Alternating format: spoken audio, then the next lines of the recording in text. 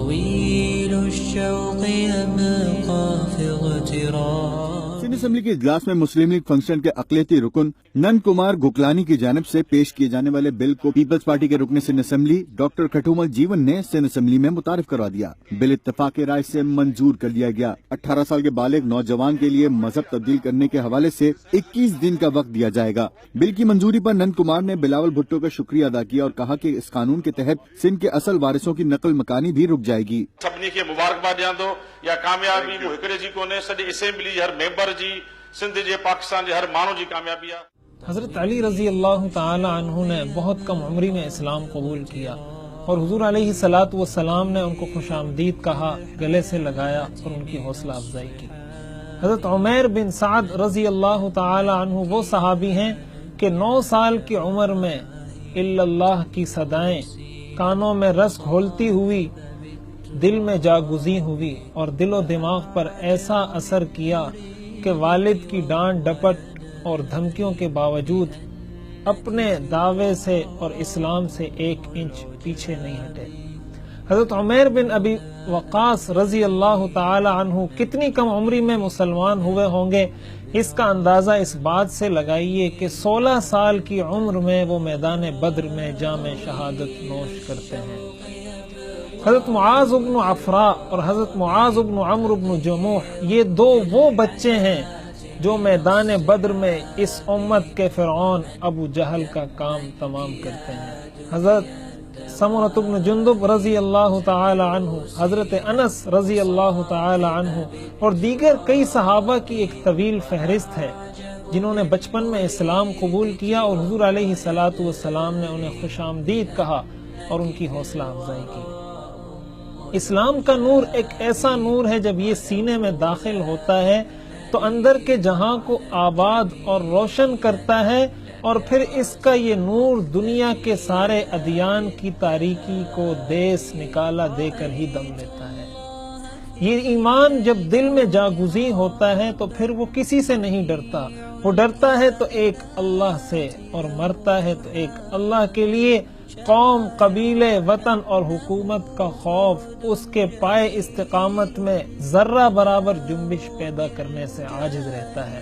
حال ہی میں سندھ اسمبلی کے اندر ایک بل پاس ہوا، پروٹیکشن آف مائنارٹیز بل، جس کے اندر 18 سال سے کم عمر شخص کو اسلام قبول کرنے سے روکا گیا، پابندی لگائی گئی اور ساتھ ہی ساتھ یہ بھی کہا گیا کہ اگر کوئی شخص 18 سال سے زائد عمر کا ہے اور وہ اسلام قبول کرتا ہے تب بھی اس کو 21 دن کی مہلت دی جائے گی. اسلام دین فطرت ہے. علم الاقوام کے ماہرین کا اس بات پر اتفاق ہے کہ انسانیت کا پہلا دین وہ دین توحید ہے. یہ بل در حقیقت انسان کی فطرت کو مسخ کرنے کے مترادف ہے. یہ قرآن اور سنت سے بھی متصادم ہے اور آئین پاکستان سے بھی متعارض ہے. یہ بنیادی انسانی حقوق کی بھی خلاف ورزی ہے اور اکثریتی طبقے کے ساتھ ظلم بھی ہے. اس معاشرے کے اندر یہ قوم اس طرح کے بلوں کی، اس طرح کے قوانین کی متحمل نہیں ہو سکتی اور در حقیقت یہ اللہ کے عذاب کو دعوت دینے کے مترادف ہے کہ اللہ تعالیٰ نے یہ دنیا اس لیے بنائی کہ لوگ اللہ کے دین پر چلیں، اللہ کے دین کو مانیں، اس کے مطابق زندگی گزاریں. اور ہمارے ہاں سندھ اسمبلی یہ بل پاس کرے کہ لوگ اس دنیا میں باقی سارے کام کر سکتے ہیں لیکن ایک اللہ کے دین کو نہیں مان سکتے. یہ اللہ کے ساتھ کھلی جنگ کا اعلان ہے. اور یاد رکھیے کہ اللہ کے ساتھ کوئی انسان جنگ نہیں کر سکتا. وہ خالق ہے، ہم مخلوق ہیں. وہ پیدا کرنے والا ہے اور ہم مخلوق ہیں.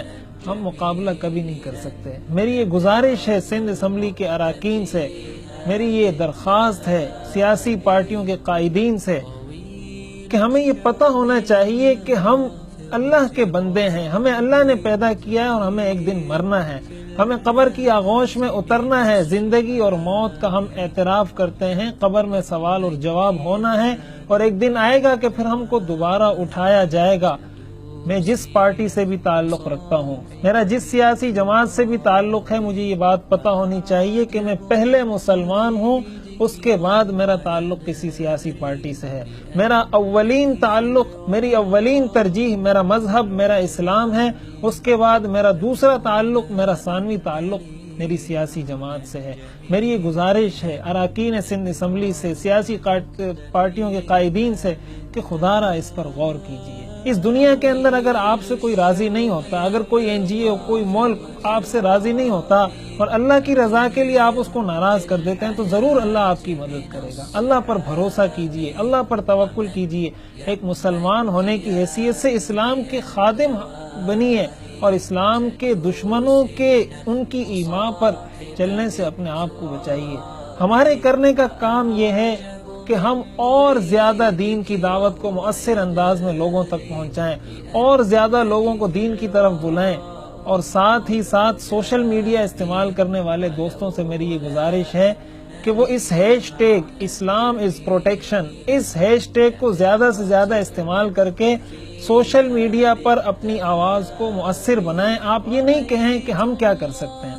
ہر شخص اگر یہ کہے گا کہ میں کیا کر سکتا ہوں تو کچھ بھی نہیں ہوگا۔ ہر شخص یہ کہے کہ میں بہت کچھ کر سکتا ہوں اور وہ کچھ کر کے دکھائے۔